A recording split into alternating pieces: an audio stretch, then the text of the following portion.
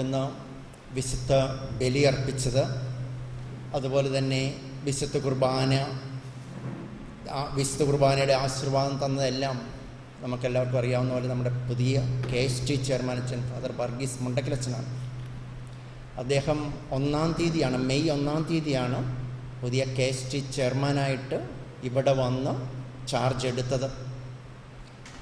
നമുക്ക് ഈ അടുത്ത കാലത്തുണ്ടായിട്ടുള്ള KST ചെയർമാന്മാരെക്കുറിച്ച് വളരെ സന്തോഷത്തോടെയാണ് നമുക്ക് ഓർക്കാൻ സാധിക്കുക.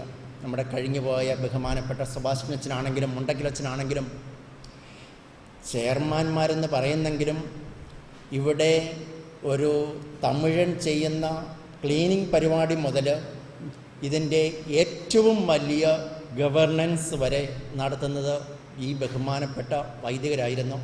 നിങ്ങൾ കണ്ടാണ് ഒരുപക്ഷെ പഴയ KST ചെയർമാൻ അച്ഛൻ വന്നിട്ടാണ് വിറക് വെട്ടിയത്. അപ്പോൾ വെറും ഒരു ചെയർമാൻ അച്ഛൻ മാത്രമല്ല, ഈ എമ്മാവൂസ് ഭവനത്തിൻ്റെ എല്ലാം അച്ഛൻ. ഈ KSTയെ സംബന്ധിച്ചിടത്തോളം KCBCയുടെ കരിസ്മാറ്റിക് നവീകരണത്തിൻ്റെ ഔദ്യോഗിക ബോഡിയാണ് KST എന്ന് പറയുന്നത്. KSTയുടെ ഓരോ വാക്കും KCBC വളരെ ശ്രദ്ധയോടെ കേൾക്കുകയും നവീകരണത്തെക്കുറിച്ചുള്ള അഭിപ്രായം പൊതുവെ പറയുന്നത് KST ചെയർമാൻ്റെ അച്ഛൻ്റെ അടുത്തായിരിക്കും. അതുകൊണ്ട് ഈ അടുത്ത 3 വർഷം അച്ഛന് വളരെയേറെ ഉത്തരവാദിത്തപ്പെട്ട പണിയാണ്.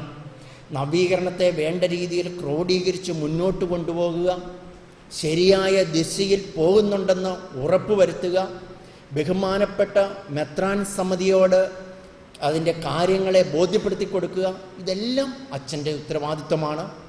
അച്ഛനും അച്ഛൻ്റെ ടീം അംഗങ്ങൾക്കും നമുക്ക് എല്ലാ നന്മകളും നേരാം. ഒരു നിമിഷം കർത്താവിൻ്റെ കരങ്ങളിലേക്ക് ഈ പുതിയ ടീമിനെ നൽകിക്കൊണ്ട് നമുക്ക് കർത്താവിൻ്റെ എല്ലാ അനുഗ്രഹവും ഈ ടീമിനുണ്ടാകുന്നതിന് വേണ്ടിയിട്ട് നമുക്കൊന്ന് കർത്താവിനെ സ്തുതിക്കാം. ഹല്ലേലൂയ, സ്തോത്രം. കർത്താവേ, ഞങ്ങളെ സ്തുതിക്കുന്നു, ആരാധിക്കുന്നു. Hallelujah, hallelujah, hallelujah.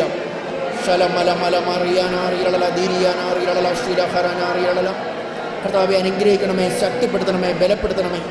അങ്ങയുടെ കരുണ നിറച്ചുകൊണ്ട് വഴി നടത്തണമേ എന്ന് പ്രാർത്ഥിക്കുന്നു.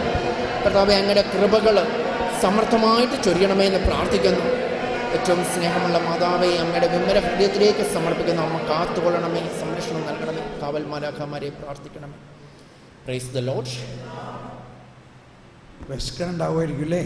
അപ്പം നമ്മൾ ഉടനെ തന്നെ ഭക്ഷണം കഴിക്കാൻ പോകുന്നു. ഭക്ഷണം കഴിച്ചിട്ട് ഉടനെ തന്നെ തിരിച്ചു വരുന്നു. ഇന്ന് നമ്മൾക്ക് ഭക്ഷണം കഴിച്ചിട്ട് ശേഷം ക്ലാസ് അല്ല, നമ്മളൊരു വർക്ക്ഷോപ്പിലേക്ക് നീക്കുകയാണ്. നമ്മൾ ഗ്രൂപ്പായിട്ട് മാറിയിട്ട് നമ്മൾ പരിശുദ്ധാത്മാവിൻ്റെ വരങ്ങളും എല്ലാം ഉപയോഗിച്ച് മധ്യസ്ഥ പ്രാർത്ഥന ആരംഭിക്കുകയാണ്. മദർ തെരേസ പറയാറുള്ളത് ഓർക്കുകയാണ്, പ്രാർത്ഥിക്കാൻ പഠിക്കണമെങ്കിൽ എന്ത് വേണം?